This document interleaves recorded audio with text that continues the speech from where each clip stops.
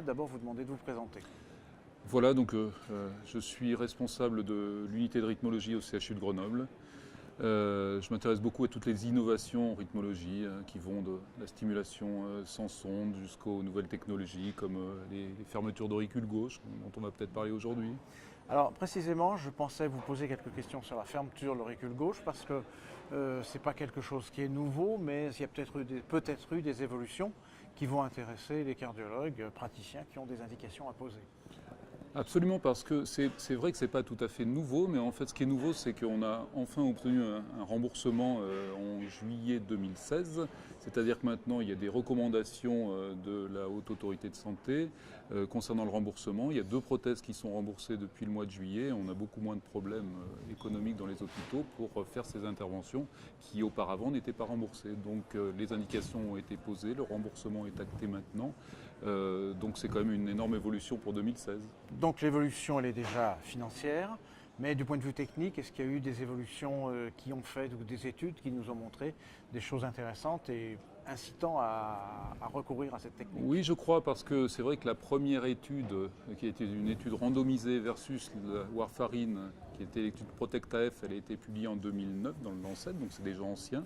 Mais depuis lors, ont été publiées un certain nombre d'autres études. Une autre étude randomisée qui s'appelle Prevail versus la warfarine et de gros registres, dont l'un en 2016 dans l'European Heart Journal, qui s'appelle Évolution, auquel on a beaucoup participé, et qui valide ce concept de fermeture d'auricule pour des patients contre-indiqués pour la plupart aux anticoagulants oraux directs ou à la warfarine, et qui montre que maintenant on assure le succès dans la fermeture d'auricule dans pratiquement 100% des cas, puisqu'il y a 18% de succès d'implantation et avec très peu d'effets secondaires. Donc je crois qu'on a atteint On est sur le sommet de la courbe d'expérience. Exactement, exactement.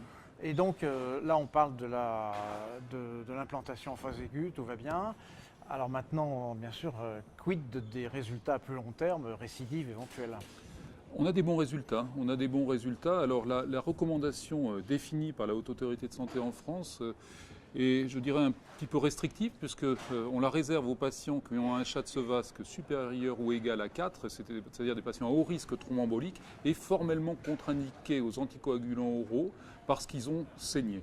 La plupart du temps, c'est des patients qui ont fait une hémorragie intracérébrale et qui ont une indication formelle d'anticoagulation liée à une FA, et j'insiste, non valvulaire. Donc en fait, c'est des indications sur des patients extrêmement ciblés à haut risque thromboembolique. Ces patients, quand on les suit, et il y a maintenant de gros registres qui ont été publiés, on s'aperçoit que quand on ferme leur auricule par voie percutanée, ils ont un risque résiduel thromboembolique qui est très très faible. Donc ça fonctionne, c'est efficace et ça protège les patients du risque thromboembolique sous couvert d'un risque périopératoire qui doit être le plus faible possible. Donc le risque périopératoire faible, apparemment, on l'a. Ouais. Hein, et donc la preuve que ça marche, on l'a aussi. La preuve que ça marche, on l'a aussi. Nous n'avons pas d'études randomisées sur ces patients contre-indiqués parce que c'est bien entendu impossible. Mais en tout cas, on peut évaluer leur risque spontané avec le score de Schatzewasque qu'ils ont. Et ce risque spontané est très élevé avec la fermeture d'auricule. On le réduit énormément, on l'annule pratiquement. Je fais en parallèle avec le TAVI. Avec le TAVI, on est parti de patients à très haut risque. Et puis petit à petit, on tire vers le bas des patients à un risque moins important. Est-ce que là, on va un petit peu dans la même logique, dans la même démarche? Alors on est encore à la première étape de cette indication restrictive, mais il est probable, et dans certains pays c'est le cas, qu'on va évoluer vers des patients qui sont à moins haut risque thromboembolique. Si on s'aperçoit que le risque de l'intervention est très faible et que cela fonctionne, avec des Schatzewasque moins élevés, donc c'est probablement l'évolution du futur.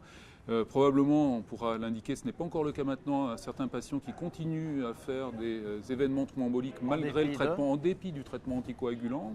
Et puis, ça pourra peut-être aller un jour, qui peut le prédire, vers un choix entre l'anticoagulant à vie et puis cette fermeture d'auricule, mais on n'en est pas là. Peut-être que les nouveaux anticoagulants, anticoagulants oraux, poussent dans ce sens, puisque quand on était aux AVK, c'était pas cher. et que là, ça revient quand même un peu plus cher. Ça À devient, long ça devient terme, plus. Il y a des études médico-économiques qui montrent, c'est vrai, que la fermeture d'auricules coûte plus cher d'emblée parce qu'on paye le matériel, mais au bout de quelques années, la bataille est gagnée par la fermeture versus le traitement anticoagulant. Et ce nombre d'années d'autant plus court que le médicament est plus cher. Absolument. Voilà. Mais on n'en est pas là, attention. Voilà. Non, mais j'extrapole un peu. Ouais. Je vous remercie pour ces précisions et puis je vous dis à plus tard pour d'autres registres, d'autres évaluations et peut-être donc chez les patients à moindre risque. Merci.